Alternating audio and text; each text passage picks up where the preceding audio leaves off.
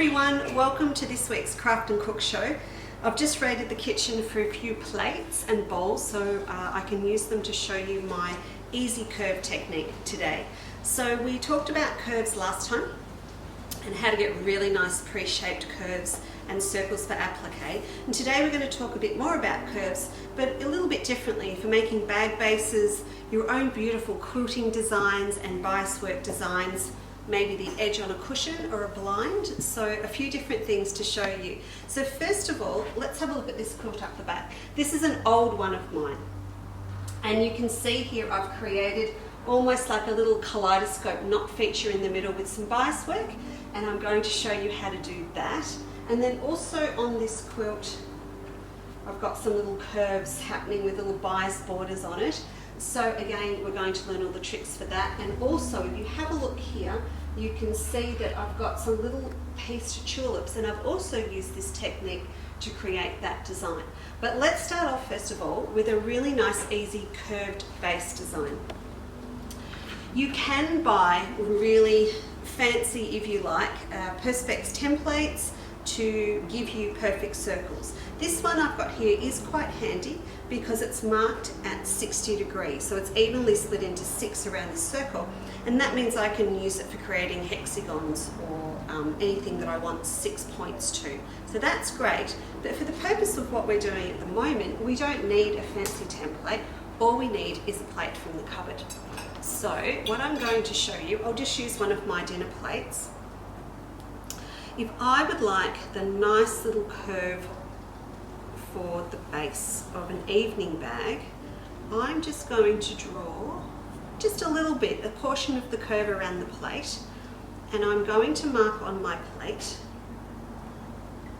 where I stopped and started, so you can see that there, and I'll hold it up for you so you can see that little curve.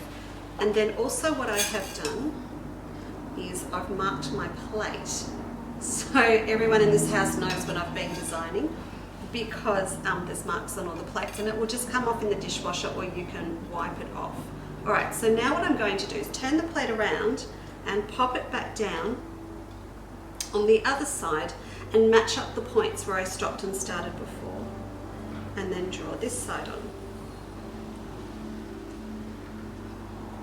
And there I've got my base. So you can see I've got my perfect template for creating a nice curved base on my bag. What would happen if I used a smaller one? Well, I'll show you. I tell you what we'll do. I'm going to draw a line down through the middle first because I want you to see the difference it makes to have a smaller plate, and I want to line them up to show you. So now if I go back, draw another line from the same point round up onto that line. I'm going to mark my plate. I'm going to bring it round here and mark the other side. There we are. So if I pull that away, you can see the difference that having the smaller one makes. So that's quite small. Probably for a little purse that you'd pop in a metal frame or something like that. But also have a look at that. That is a good start to creating a beautiful kaleidoscope design for quilting or for bias work as well. So we'll come back to that, but you can see it's starting to form up of how we can use just simple plates for creating really pretty patterns. So once you have created your bag base, the first thing you're going to want to do is work out how wide your panels need to be for your bag. So there's a couple of tricks to doing that. You can just work with a tape measure. So if you don't mind it being a little bit rough, you can just pop it down on here like this. And you can just sit your tape measure around on the curve. And when I say roughly, as long as it's generously going to fit around that curve, which for me is 10.5 inches. So I would make sure that my finished bag panels or at least 11 inches, because we can always trim a little bit off while we're making the bag. The other thing you can do is come back to my little trick that I showed you before with the metal frames and just use a piece of cord to measure around. So I can just sit that around my curve, pull that off like that, and let me just see if I was right. Oh well, so that says 10.5 as well. So now I can show you the one that I've got prepared, ready to make up today. And this space here is just a little bit wider than the one we just drew up. So the smaller your plate, the tighter the curve's going to be. And in this case, I wanted mine to be a little bit flatter. So I went and grabbed the big salad bowl out of the cupboard. And you can see that I've created mine in the same way that we just did the one with the plate, but it's come from this bowl instead. So you might need to have a bit of a spring clean and find a little big platters so that one, they're out, dusted down and ready for summer, and also so you can use them for your templates. So now I've got this one ready, of course, then I have to work out how wide the base of my bag panels need to be. And we need two, just front and back. There's no side gusset for this technique. So two things, if you remember what we did with our metal frames a few weeks ago, we used a piece of cord to measure around a curve. So if I do that with my piece of cord today, to each of those points, keeping in mind it does have the seam allowance in it. So I'm going to take that off and then just pop it down on my board and have a look. So this comes up to 13 inches. So I'm going to want my bag bases to be at least 13 inches because this technique allows you to trim a little off if you've got too much extra on there, which is a really nice little safety net when you're whipping up a bag in a hurry.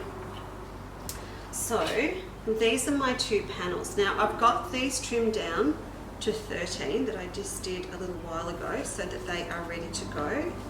Goes that way. And I've just noticed, look at that girls, they're not the same height. So I will trim one down. I did think about running the panel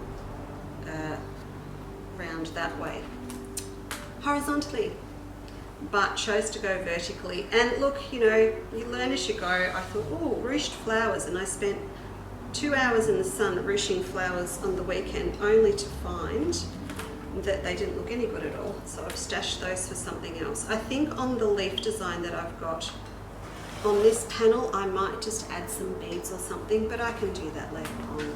I'll give you a close-up. There you go. So see those little leaves on there? Now, see how they've got really nice, simple curves? Same thing, you can draw up leaves using curves on your glasses and plates as well. I'll show that to you in maybe in our leftover show next week. Okay, so that's going to be the front of my bag. Now, to get these onto your curve, all you need are some pins and some patience, because I want you to take your time and do this really nice and slowly so that we get a nice smooth curve when we sew them. So first thing, find the center on one side of your curve and then like that, and do the other side while you're there, because it's much easier to do now than when you've got one of the panels on for the other side. There you go, so my pins are in, and then I need to find the center of my bag base.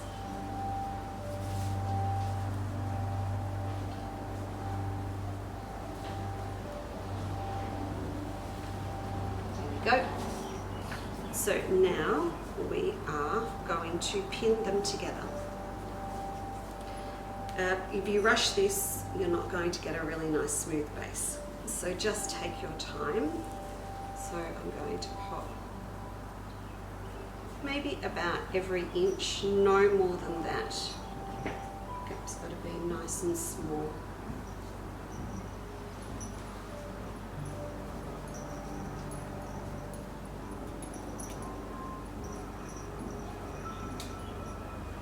As I come round to this last curve, up here, I want to make sure that I get that point, and I want it to be right at the 1/4 inch seam, because we're going to stop sewing on the 1/4 inch line. Oh, let's see, I've cheated. I've gone too far. I need to go back and put a pin in there. There we go. So that's my first half of my curve on the front pinned on. Now, I'm not going to do the other side for now because you're going to find it a bit awkward to work with, but it's always best to sew from the center out to this side, and then we're going to do the other side. And it is just a case of taking your time and pinning it really well. You can try and use those little clips that we've talked about too, but maybe on a bigger bag, pins are going to be best to hold it nice and firm while we're sewing. So I'm going to thread up the sewing machine with a matching thread and also my walking foot, because I've got this nice thick batting to get through, and then we can get started and get some sewing done. Okay. Machine's ready to go. Now, as I mentioned before, make sure you've got your walking foot on. If you don't have one for your machine, it is a really good investment if you're going to do a lot of bag making. And keep in mind, when you are machine sewing your binding onto your quilt, it's also as thick as doing machine quilting. So always use your binding, what am I trying to say? Your walking foot when you're putting your binding on, because it's even thicker than when you were quilting your quilt, because you've got the extra layers of the binding. I think I've got that tongue twister out now. Okay, so I'm going to sew this first side that we've pinned, and from the center out to my corner with my walking foot. If you have a beautiful machine, a flush one like my best friend, my 770 Benina, you can also set the tension so it knows that you are quilting through different thicknesses. And this means that it will just automatically adjust the tension because it knows what you're doing, and it just wants to give you the best tension that it can without too much guesswork. So also with your stitch length, don't go over 3, keep it down, because remember, as time goes on, you're going to put a lot of stress onto your bag seams with whatever you throw into your bag. So you want a really nice, strong, sturdy seam. Oh, I think I need coffee, Kate. I can't talk anymore. All right, let's get this going. So I'm just going to sew around. If you've also got really nice, fine patchwork or piecing pins and a nice, strong needle, you won't need to take your pins out as you go. You'll just be able to sew straight round. Now I'm going to stop, as I said, at that 1/4 inch seam line. I'm going to do a finishing stitch. This machine will do it for me, and cut it off and lift the foot. I love that. Okay, and then that's sewn on. I always do check the back of my work as I go. Sometimes the batting can just slip underneath, and it is a bit of a chunk that you're going through. So just always check that you've put everything on the back. I'm going to take those pins out, and then we can do the other side. Okay, so now you can see I've got all of the other side pinned. Now, because I have pinned it really well, I don't need to start from the center and work my way out on this side. I'm really confident that I've got that nice and flat, so I can just pop it underneath and go again.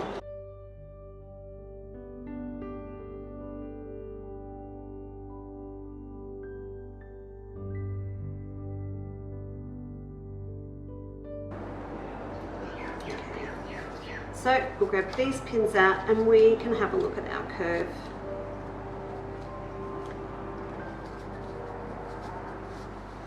There you go.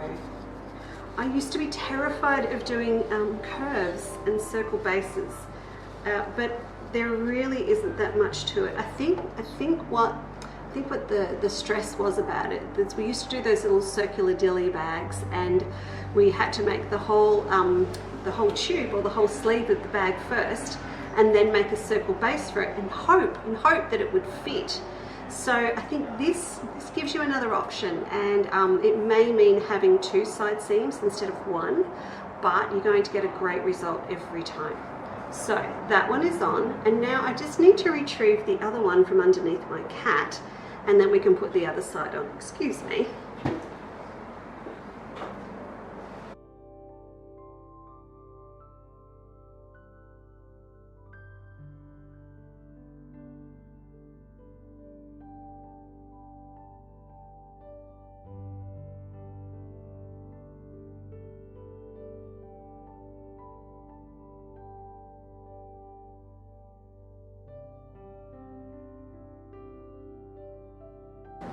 Okay, so I've got sidetracked while I was pinning on the other side, having a chat with Phil, and I've actually pinned all the way around instead of starting in the middle and out to the side. I suppose it's going to come down to what you're confident to do.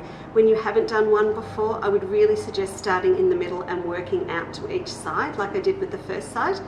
But also, if you are doing a bag quickly, like this one that I'm doing, and you can allow that extra on each side, it's not a precise pieced block or panel you're using, then by all means do it in one go if you pin it really well.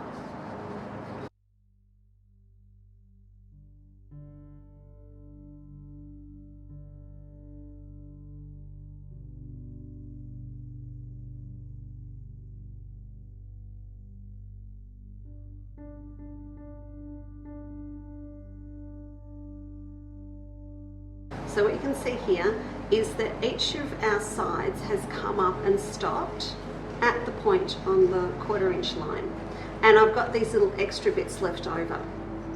Now I could trim them off now, but the best thing for me to actually do is take note of how much extra there is and sew at that point.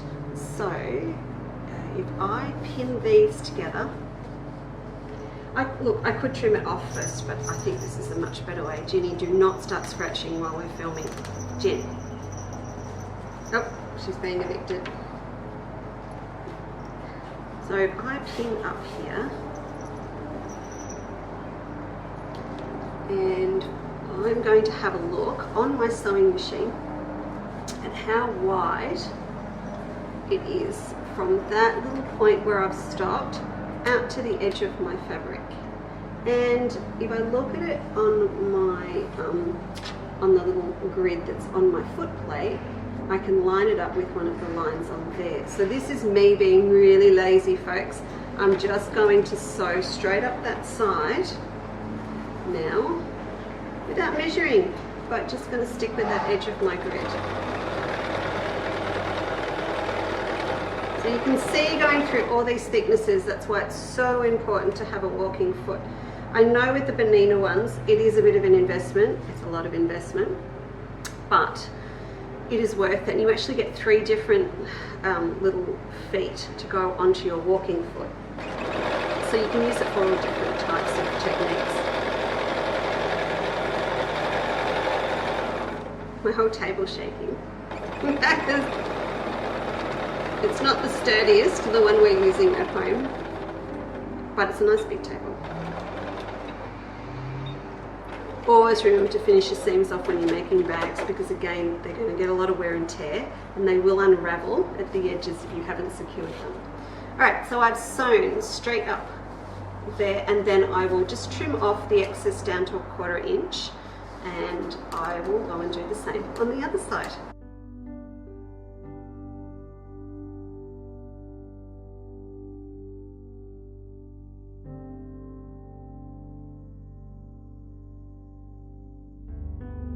Alright, so that one's done as well. So I now need to trim off this excess off each side. But you can also see that we've come down to that point, and now our point meets our seams on each side as well. So folks, I'm just trimming off now the excess of my front and back panels. I have my sharp scissors here, but remember they were squeaky last week. I still haven't oiled them, so we're going to use these ones. You won't be able to get through 2 lots of thickness of a good rubber foam batting with a rotary cutter. If you've got a large one, I've got one in the studio, that's the 60mm blade, 6 centimetre blade. That one probably will, but you know, if you've put a lot of work into your bag up to this point, probably a bit safer to do it with scissors. So I've trimmed off the excess, and we're now ready to turn it through. I hope it's okay. Now, of course, as you go, make sure you take a note of what the dimensions of your bag panels are and keep that template for the base, because you're going to need to make your lining as well. So we'll turn that out that way. And you're going to push it round so that it comes into shape. that is going to look really cute. I'm going to give that later a really good press with the iron. One little trick that Emma taught me, and I'm sure you may know it as well, if you want to get into these curves, just roll yourself up a hand towel or something like that similar, pop it in so it really stuffs out the base of your bag, and then you've got a nice padded out surface to work with while you iron it so that you can iron that curve. But have a look at this. Now, that's going to impress people, the point on your bag. So anyone else is going to think that you created that sleeve and then magically made that pointed shape and made it magically fit into the corners, but that's not the way you do it. Sew out to each side, cut off any excess that you've got, sew up the sides, or vice versa. Sew first and then trim it off, and there's your bag. So with this one, I'm going to make my lining. I think I've got a really nice antique gold piece set aside, and then I've got these funky handles, so I'm going to sew these on. Remember my little rule about it being quite close together so they run parallel, so you can see they're going to go on there. So it's going to be a nice tall bag. I think that'd be lovely to take to someone with a bunch of flowers in it as a gift, maybe to take to put your bread in or something like that when you go shopping. So that's my bag. Now, this technique isn't going to just be for bags. I've got a few other things to show you, and on my list next we are doing, yes, we're going to talk about renovating my bathroom. But first, if you have a look again at these curves up here, see my drunkard's path ones? Of course, you can use a plate to make your drunkard path templates as well, very easily. But this shape here, I was thinking about that, and also the fact I need a blind in my ensuite. So we're going to pop the oven on for today's recipe, and we're going to pop in to the bathroom, and I'll show you what I'm talking about. Okay, welcome to the ensuite. Now, obviously this is getting up close and personal, but I wanted to show you what I'm doing just to this little old bathroom to make it a little bit prettier for us over the next year while we build our house. So first of all, brag shots. I've popped up on the wall the projects that we finished off last week. So my fans in the linen with the 3D flowers, I've popped them in the frames and they look quite good. I'm happy with those. And then I need to make a blind. So it does come, this window, with a blind, a very plain white blind, and you can see outside it's straight onto the paling fence. I'm going to have some beautiful cherry blossoms and then some leaves here afterwards, but because we don't really need this blind, I think it'd be nice to put a decorative one here just for show. So with the same fabric I used for the frames in my Summer Palace fan fabric, because it is a blue bathroom essentially, I'm going to make just a straight blind to hang down here, and I would like to have a scalloped edge on it. So we're going to go back and use our plates to create the edge. Because it's thin cotton, I'm going to back it with a plain solid white cotton with some violin on it to give it a bit of structure, and also so that you can't see all of the seams and things through it when the sunlight shines through it. But the other thing is too, because it doesn't need to be functional, I'm actually thinking of binding the edge of that curve with a contrasting fabric rather than bagging it out so you do have a seam. So I've got a few ideas, but we'll get the curve cut today. You can see I've got the paint ready to go next week, and someone really did a slapdash job with the paint outside, so I need to tidy it up, give it a fresh coat of paint, and then I'm going to come back in a couple of weeks when we do pre-shaped panels for bags and things, and I'm going to make a little caddy to sit my makeup and things, my magic potions on the windowsill in. So let's go back and get this done. First, wait, okay, we've got to measure this up. Let's do it in inches, just to make sure I get the right width. And I think we're going to sit it inside the window. Oops. So that was very gracious, wasn't it? So probably about 38 inches, folks. It's going to be wide. And I'm just going to cut a generously long enough piece. I'll finish off the bottom first and then make sure I hem it so I get it to the exact length I want. And I'll come back and show it to you, of course, when it's finished. Right, let's go. So I've cut a piece of my fan fabric and laid it out on the table flat. and now I'm going to mark it up straight onto the fabric of the edge that I want. Now if you remember, it's 38 inches wide and a normal patchwork fabric width is 44. So that gives me 3 inches on either side. I had to think for a minute. So I can pretty much draw it up, and then there'll be some that's trimmed off later. And what I said before about not hemming it and binding the edge of it, I think that's really going to work because it will make sure I get a really nice smooth edge. If you haven't bound a curve before, it's exactly the same as a straight edge on a quilt. The only difference is you're going to cut your binding on the bias. So we can have a little bit of chat about that on a binding time, but just remember, cut it on the bias like you would for making bias binding instead of on the straight grain. Right, so I'm going to do this straight onto my fabric and hope I get it right the first time. I would like just a nice little V on the bottom that's got a curve on it. So I'm going to mark, first of all, where the center of the base of my blind is going to be. And I haven't ironed my fabric, so I've still got the fold line from the bolt, which will make it easier. Heaven forbid I am using my Sharpie pen, but when I go to cut it out later, I will cut it just inside the texture line, so it will be trimmed off. And then if there's still anything there, it'll be hidden when I put that binding on the edge. So if I mark, that's where I want it to be at the bottom. And then I need to think about how high I want this curve to go up. And it's not going to be that big, just a subtle curve. So with a pin, I'm going to mark up, and I'm literally making this up as I go, okay? So I'm going to pop it up at 10 inches. So I'm going to pop a pin in there. So that is how far down my curve is going to come. Then we need to measure out from the center. So 38 half is 19. I tell you, this patchwork is very, very important. It's going to keep your brain working forever, because you need so much maths. All right, I'm going to pin out to 19 on that side and 19 on this side. For some of you, what I did with the bag before, it's going to throw you, because nowhere did I really give you any dimensions to write down, because with curves you can literally make it up as you go. So it is really lovely to be able to just create and have that freedom, but might freak you out for a little while that you haven't got set dimensions to work with for the base of your bag or the other projects that you're doing. So just keep that in mind. Just because you're making it up as you go doesn't mean it's not going to work.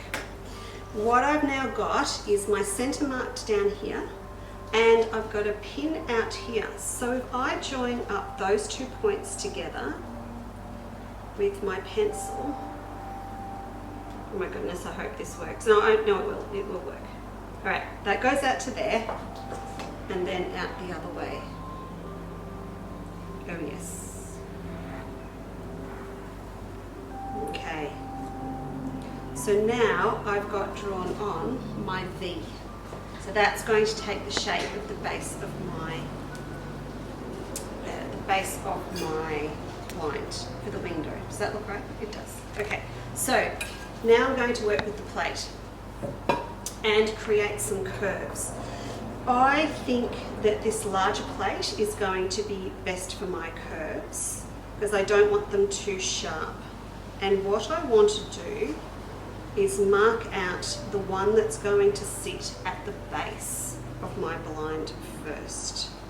So I'm going to sit that there, and I've got the plate just touching the V on each side. Actually, I promised you I'd do it in a Sharpie, so I'll do that so that you can see it. So just where it goes around the bottom like that, so you can see it's going to curve and take off that point. Now what I need to do is decide how big I want my curves to be.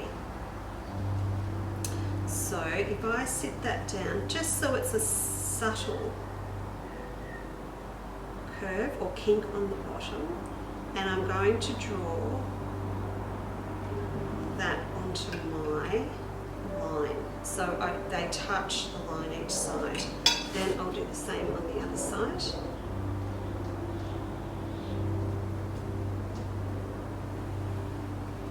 Oh, you know what would look good? Okay, we'll make a tassel with a Suffolk puff for the bottom. You know the old-fashioned blinds that our grandmas used to have a little crochet ring on the bottom. Sorry, I had a flashback. All right, so I've got those drawn on. So I've got this nice little kind of squarish shape on the bottom with my curve, and now we're going to work our way around. So if I flip the plate the other way and line up my 2 marks again, it's going to go that way. Then it's going to go. I've got too many lines drawn on my plate now. I can't see. There we go.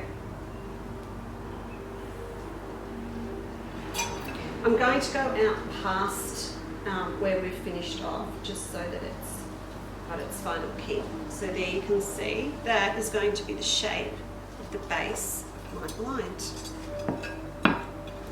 So as I mentioned when we were in the bathroom, I've lost my light. Oh, there they are. As I mentioned in the bathroom, I'm going to back this with a plain solid white and also some violet on it, so that it's got some structure. It's going to shade the bathroom a bit from the sun. It's going to look pretty, and I'm going to bind the edge of it. I've got a really pretty little cherry blossom that takes off the cherry blossoms that are in my fans, so I think we might use that to bind the edge, if not just even a pale blue. Okay, so that is my line, and that's all drawn on now. So I just wanted to show you another little simple thing to do that you can use to create some pretty curved edges. Now what I'm going to do is set this aside. I'm going to get it finished to show you in next week's leftover show and have it hanging in the ensuite.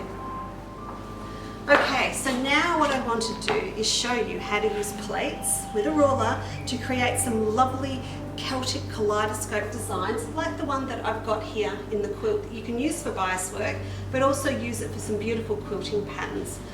To do that though, we might need a little bit of brain food, so I think the oven's heated. We might head into the kitchen and make today's recipe, which is a pumpkin damper. Let's go.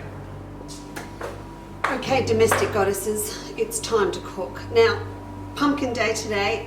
I know it's a bit early for Halloween, or if you're in the Northern Hemisphere for the fall, but pumpkins are in abundance at the moment, so I thought it was a great day to feature some in a recipe. And I think this recipe, along with our cornbread recipe, is going to put us in good stead for summer, and really a great economic menu that you can take to friends for Christmas. It's not going to cost too much to put together and really impress them.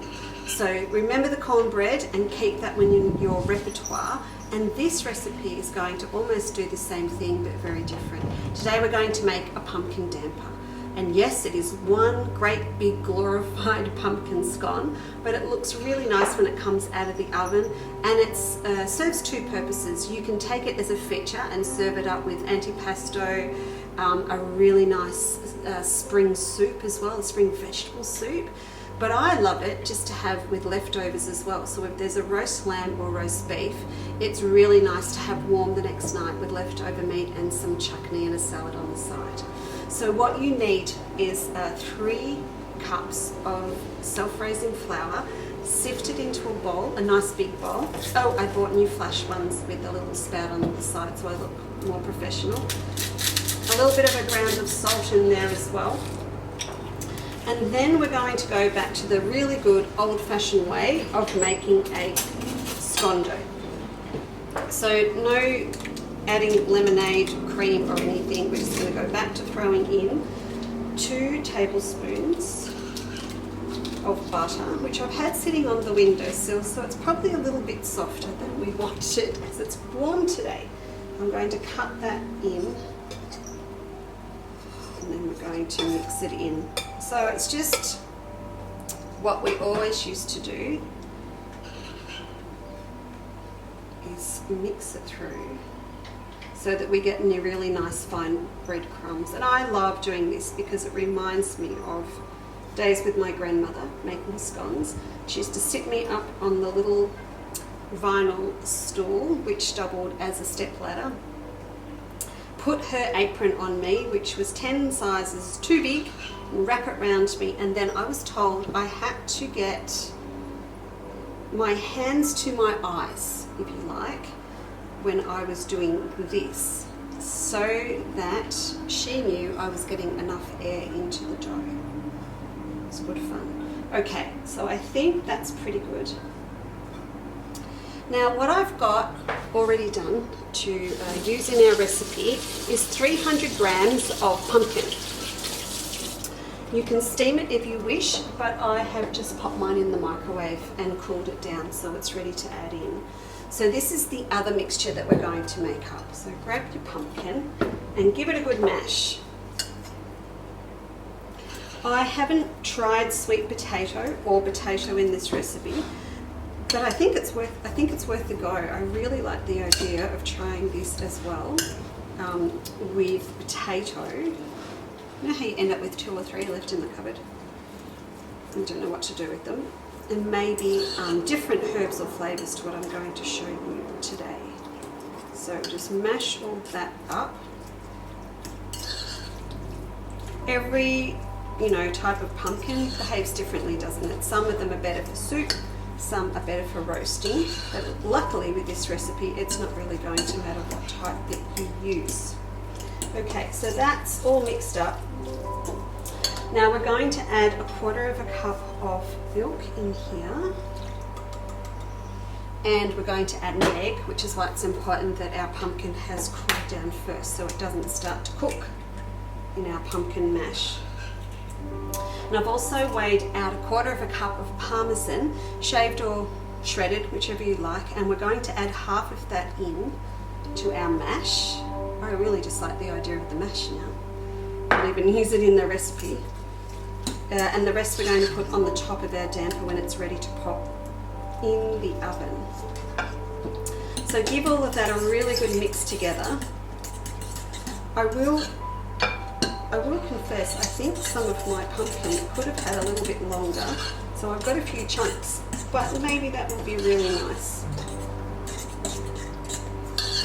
Now, into that mix, the final thing we need to add are some herbs. So I've chosen to do mine today with sage and parsley, and I'm really annoyed. Have a look at this. Some little bug has been eating my new sage. I'm not very impressed. I will find him later. So I've got my nice fresh sage. We'll chop this up. I was thinking about this morning. I'm going to ask you to go out and buy sage if you haven't already got it in the cupboard. I would really ideally like about 1/4 cup of each of my herbs. But back to the sage thing. If you go into the supermarket and buy a bunch or one of those containers of sage, it can set you back as much as $3.50. So instead, please go to a garden centre, even when you can this year, and buy yourself a big pot of sage. And a big one is maybe going to set you back $7.95 or a little bit more. That way you can take it home, use what you need, then plant it in the garden, and then forever have sage for all of summer, rather than every time you need some having to pay out for an expensive bunch in the supermarket. Sage can be a bit temperamental. It is a member of the salvia family, so every now and then it may decide to curl up and die on you at the end of summer. But that's still better to have it all summer than not at all. That's my lecture for the day. Alright, I've chopped up my parsley and my sage, and I'm going to pop that in. So you could also use chopped up rosemary. Oh, that would be gorgeous. Do the rosemary and serve it with the leftover minted lamb. That would be divine. You could also pop some chives in. You could even cook up some red onion and pop it in. That would also be good. Start with the basic recipe, I always say, and then start playing with it. So there's our yummy mix all ready to go in. Now, based on what my grandmother would say, we're going to mix this with a knife. I'll make a little bit of a hole in the middle.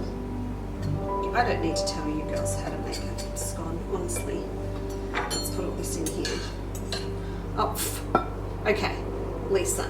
You have a spout now. Use the spout. So that's all going to go in. There we go. I could scrape that a little bit more, I suppose.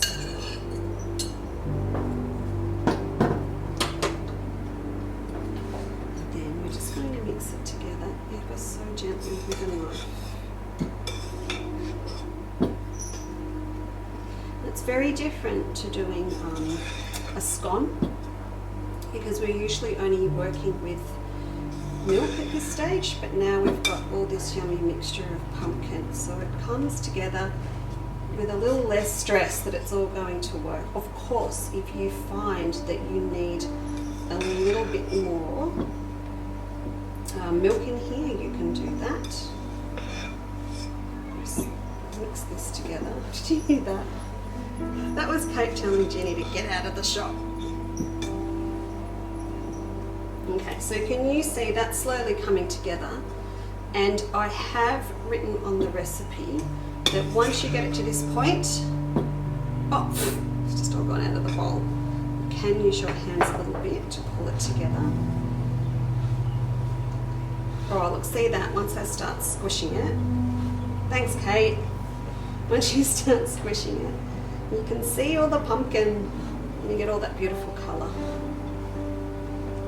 I'm not going to tell you it smells good at this stage because it doesn't. It hasn't been in the oven yet, but it will. Right, I think we're there. I'm going to use just a little bit of flour out of the bottom of the bowl that I haven't poured up yet into my dough, and spread that over. Pop that onto here. Where we would usually get stuck in and do a fair bit of kneading, if it was a scone mix, we don't need to do that today. Does that look about as messy as it possibly could? Goodness me. That's all we need to do. You keep it really rustic and flaky because of all of the mashed pumpkin that's in there. Now I'm going to transfer that onto a baking tray, only about 20 centimetres in diameter.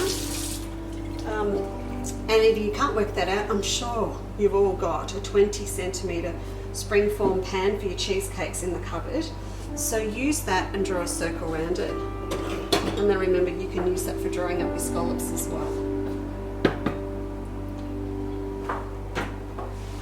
So I've drawn that onto my tray, and I'll just transfer him over. Left a little bit behind, so we'll pop him on top. I'm going to push him out so he fills in the gap.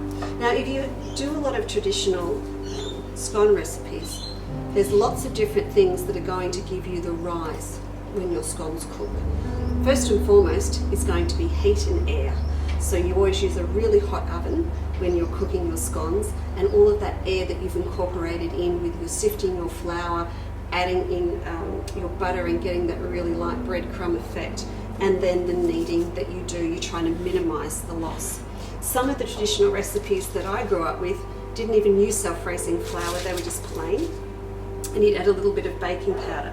These are going to rise because you've got 3 cups of self-raising flour in there, so that's really going to help. Now I'm just popping a little bit of my leftover parmesan on top. If you want a really nice glaze on the top, you could brush it with some olive oil, or if you've actually got it in a can like I do, that just makes it too easy. I'm just going to spray that over the top so we get a really nice glaze, and I've kept some of my sage leaves that are not bugging to sit on the top. There we go. Now I'm going to pop that into the oven and give it about 30 minutes at 190 degrees, so just a little bit hotter than a standard oven, and we'll see how it comes out.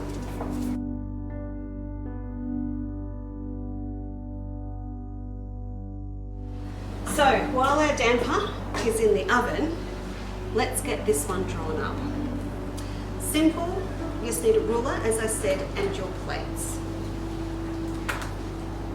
And I'm very conscious that the damper is going to cook quite quickly, so I don't want to take too long. And I think once you get the idea, you'll go off and have a play yourself. What I want you to do first is just simply draw onto a piece of paper across like this.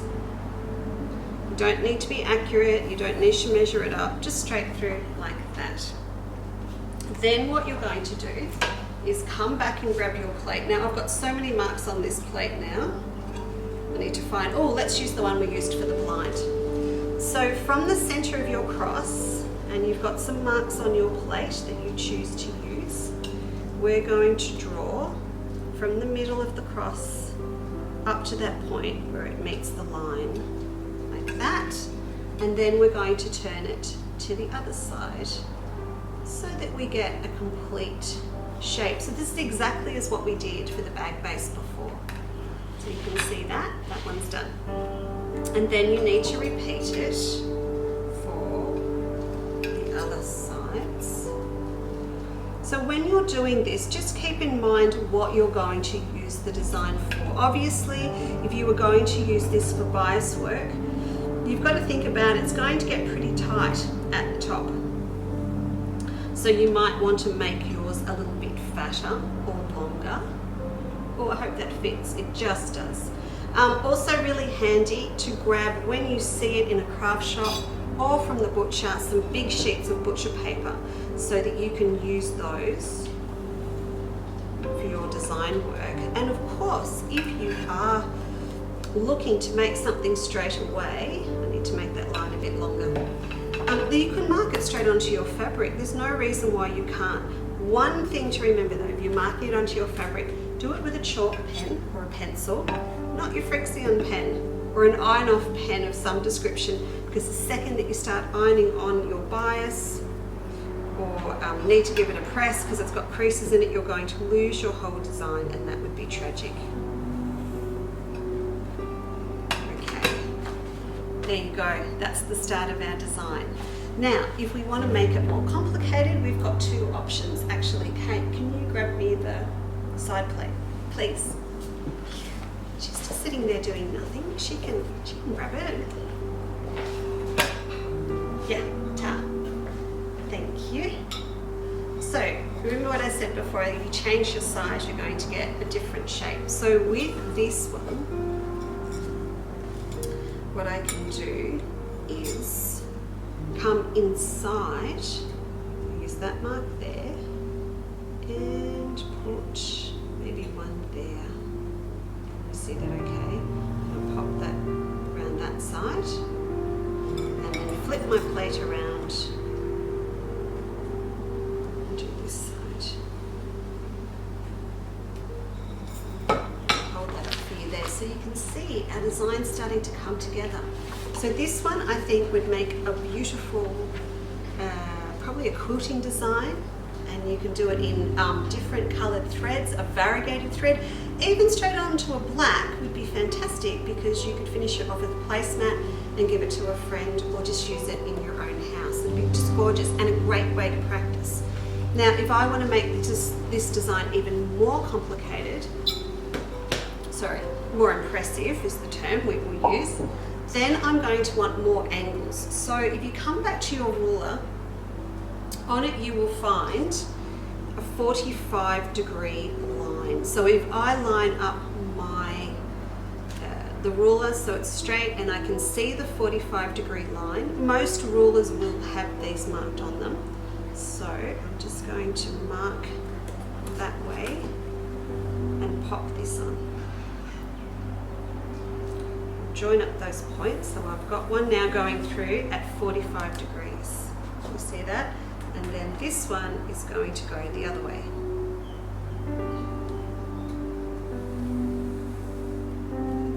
So now I can go back and add more into the design across this way.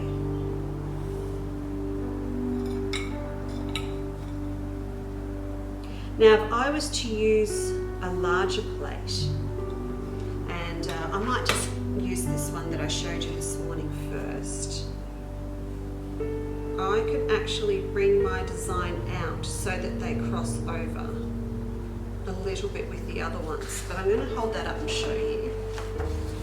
Can you see that? So you can see it starts to form, and you'll just want to run to the cupboard and grab anything you can lay your hands on to create different size curves and get them to overlap together, set some inside the others, and have a really good play with them.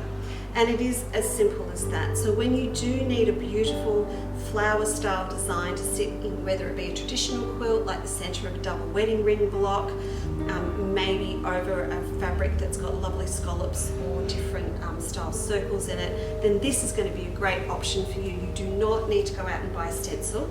You can create your own, customize them to fit the blocks that you're actually making. If I just take you back to this quilt again, I just want to find for you, I think this one will be fine actually. I'll take it off the wall, find it. There's just so much going on in this quilt.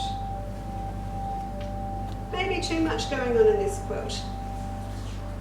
I'll just find one to show you. Here we go. This one will be fine. So if you have a look at this design here, see that one that's running down? It has curves and then it has squares. So if you think about what I've just shown you,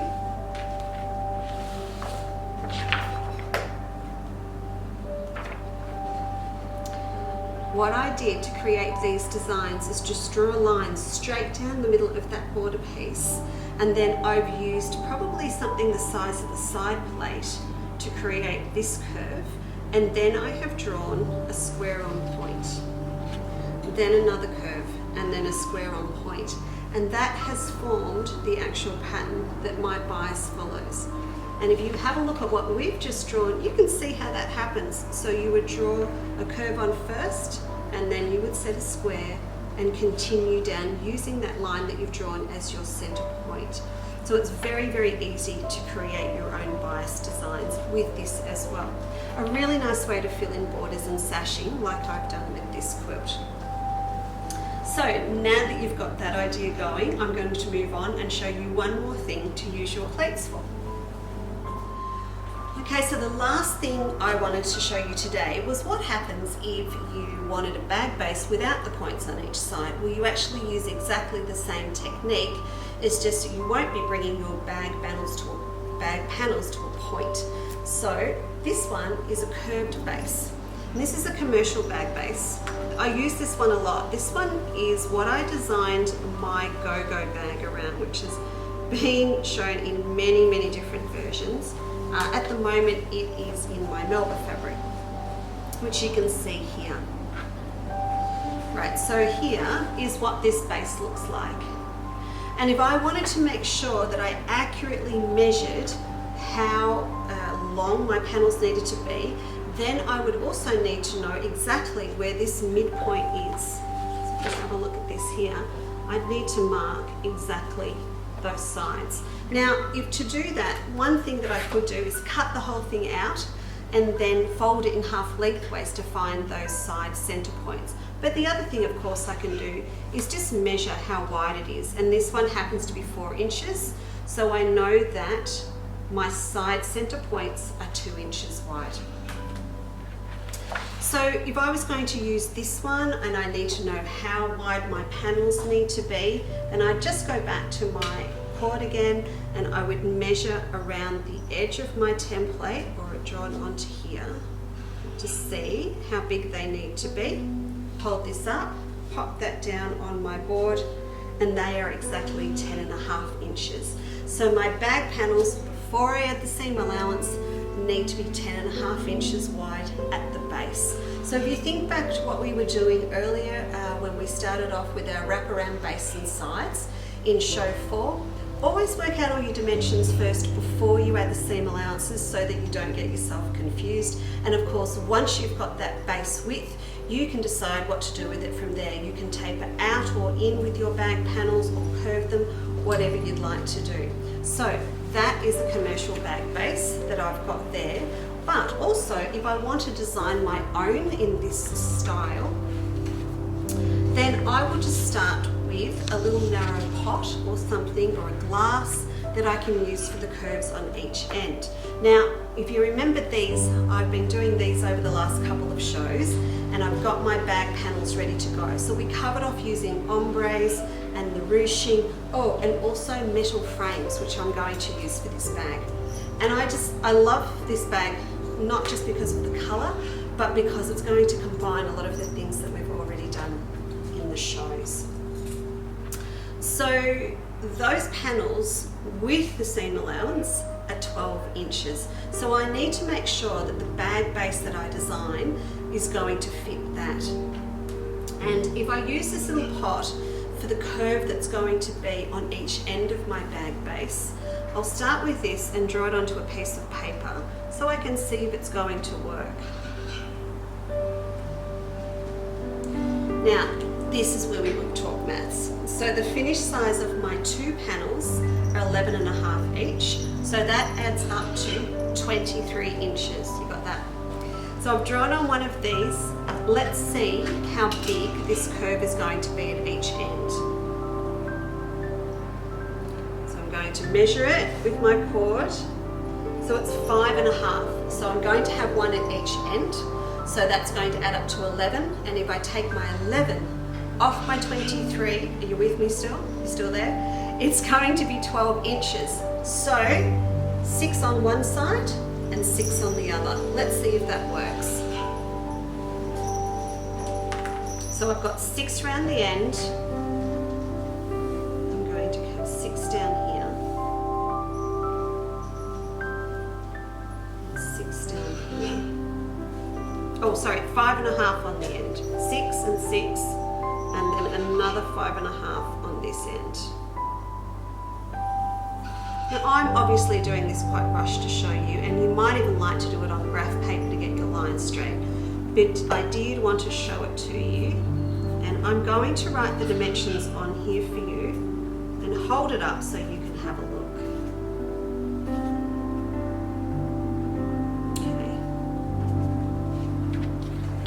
There you go. There we have one bag template that I have made to fit my panels. So they are 11.5 finished, and they are perfectly going to fit round here.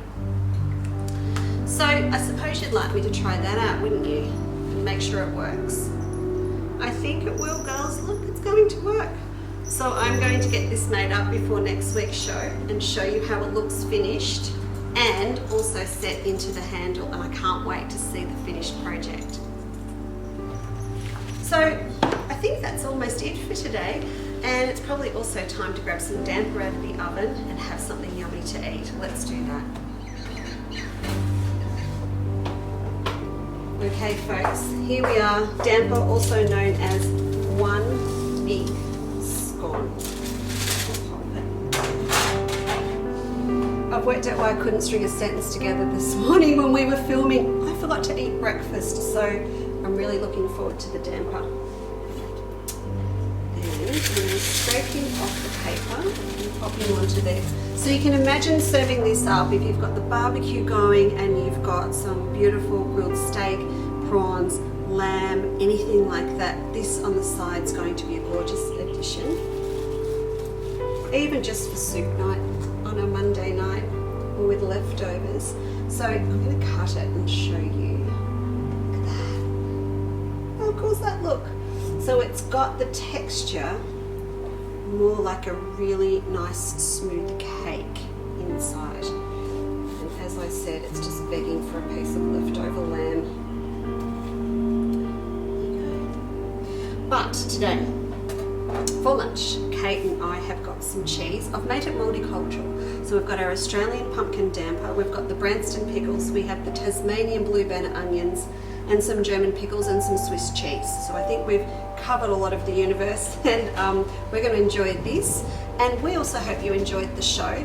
Some really new techniques to sink your teeth into, and next week I'll be straight back with some of the things that you saw today, finished off as actual projects in terms of bags, my blind, and also a Kaleidoscope Celtic number I'm going to do with bias to show you from the techniques we learned today. So thanks so much, and look forward to seeing you next time. Bye.